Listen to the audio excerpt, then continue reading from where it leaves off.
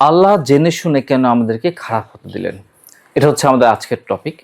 বাইরে বৃষ্টি হচ্ছে, এই জন্য ভাবলাম জানালাটা খুলে আপনাদেরকে দেখাই দিই। আলহামদুলিল্লাহ।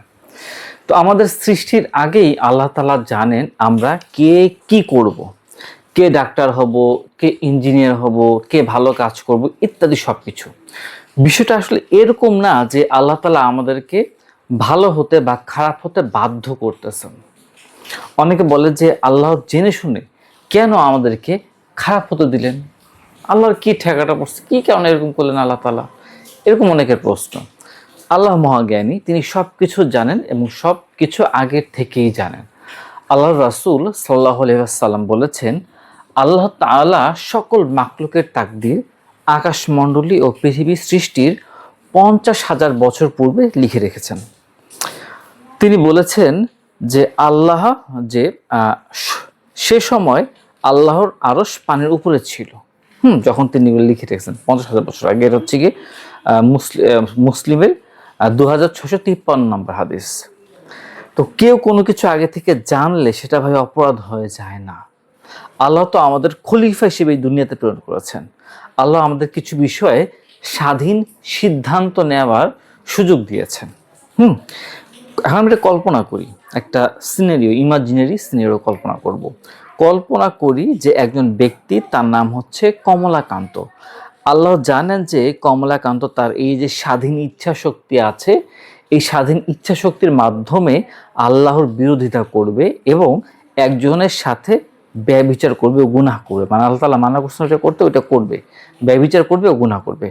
এখন যদি আল্লাহ তাআলা কমলাকান্তকে ব্যভিচার করা থেকে বিরত রাখেন, তাহলে কমলাকান্তের যে স্বাধীন ইচ্ছা শক্তি আছে এটা কিন্তু আর থাকলো না। বুঝতে পারছেন বিষয়টা? আল্লাহ তাআলা সরাসরি হস্তক্ষেপ করলেন, এতে করে ওই কমলাকান্তের কিন্তু স্বাধীন ইচ্ছা শক্তি আর থাকতেছে না। সুতরাং অন্য সকল মানুষ যারা ইতিপূর্বে ব্যভিচার করছেন, গুনাহ করছেন, ভাই তাদের দোষটা কি? ব্যভিচার করার কারণে তাদের যে গুনাহ হয়েছে সেটা আসলে কি হবে এখন? আল্লাহ কমলাকান্তকে বাধা দিলেন, কিন্তু আগে যারা এই কাজ করছে তাদেরকে সরাসরি এই গুনাহ করতে বাধা দিলেন না। হ্যাঁ, তাহলে ওই যে যারা আগে করছে তাদের সাথে সরাসরি একটা বৈষম্য করা হয়ে যায়, ঠিক না? তার মানে আল্লাহ জেনে শুনে যদি আপনাকে আপনাকে আমি বলতেছি যারা ভিডিও দেখতেছেন, আপনাকে গুনাহের কাজে বাধা দেয়, তাহলে এখানে দুইটা ঘটনা ঘটবে।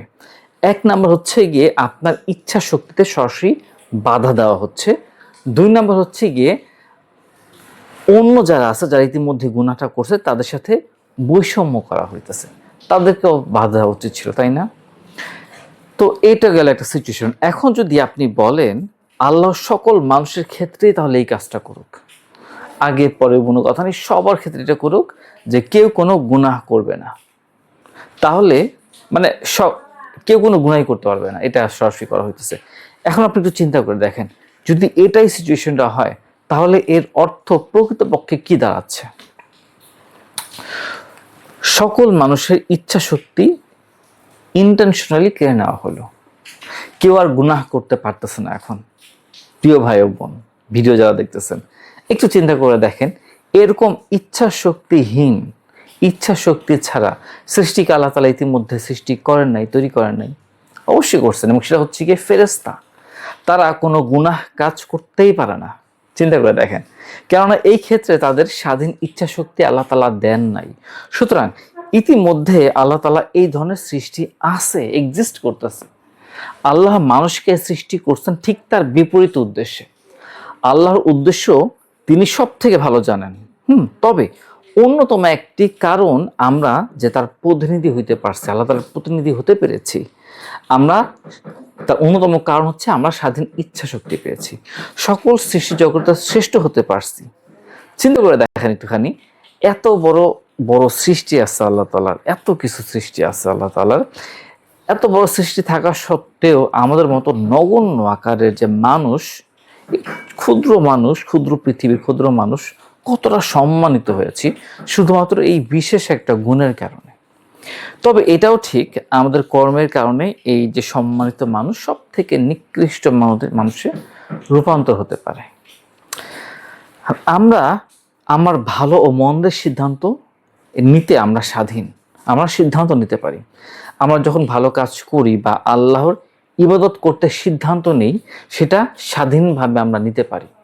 আল্লাহ যদি আমাদের সেই সিদ্ধান্ত কবুল করেন, আমরা তখন সেই ভালো কাজ বা ইবাদত করতে পারি। তো আমরা যে ভালো একটা কাজ করতে পারি, ইবাদত করতে পারি, সেই জন্য আমরা এই জন্য আল্লাহ তাআলার কাছে শুকরিয়া জানাই। আপনি যদি ভালো কাজ আপনি যদি একটা ভালো কাজ করেন, সেটার পুরস্কার যেমন আপনার, একসাথে আপনার খারাপ কাজ করলে এটার দায় ভারটাও আপনাকেই নিতে হবে। বুঝতে পারছেন বিষয়টা? আসলে শুরুতে আমরা যে প্রশ্নটা করছিলাম, আল্লাহ জেনে শুনে কেন আমাদেরকে খারাপ ফল দিলেন, অ্যাকচুয়ালি বিষয়টা এরকম কিছুই না। সম্পূর্ণটা ভাই আপনার উপরে সব কিছু দেওয়া হয়েছে ভাই।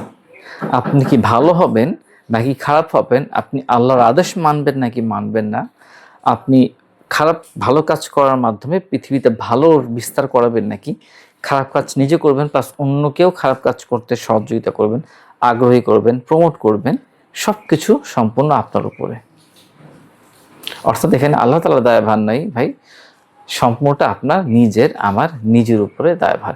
আমি খারাপ হইতেছি ভাই, এটা আল্লাহ করাচ্ছেন না, আমি নিজেই কাজটা করতেছি। সুতরাং ইনশাআল্লাহ আমরা সচেতন হই, আল্লাহ তাআলা আমাদেরকে সাহায্য করুন এবং আমরা সচেতনভাবে অ্যাক্টিভ চেষ্টা করি যেন আমরা ভালো হতে পারি, ভালো মানুষ হতে পারি, আল্লাহর ইবাদত করতে পারি।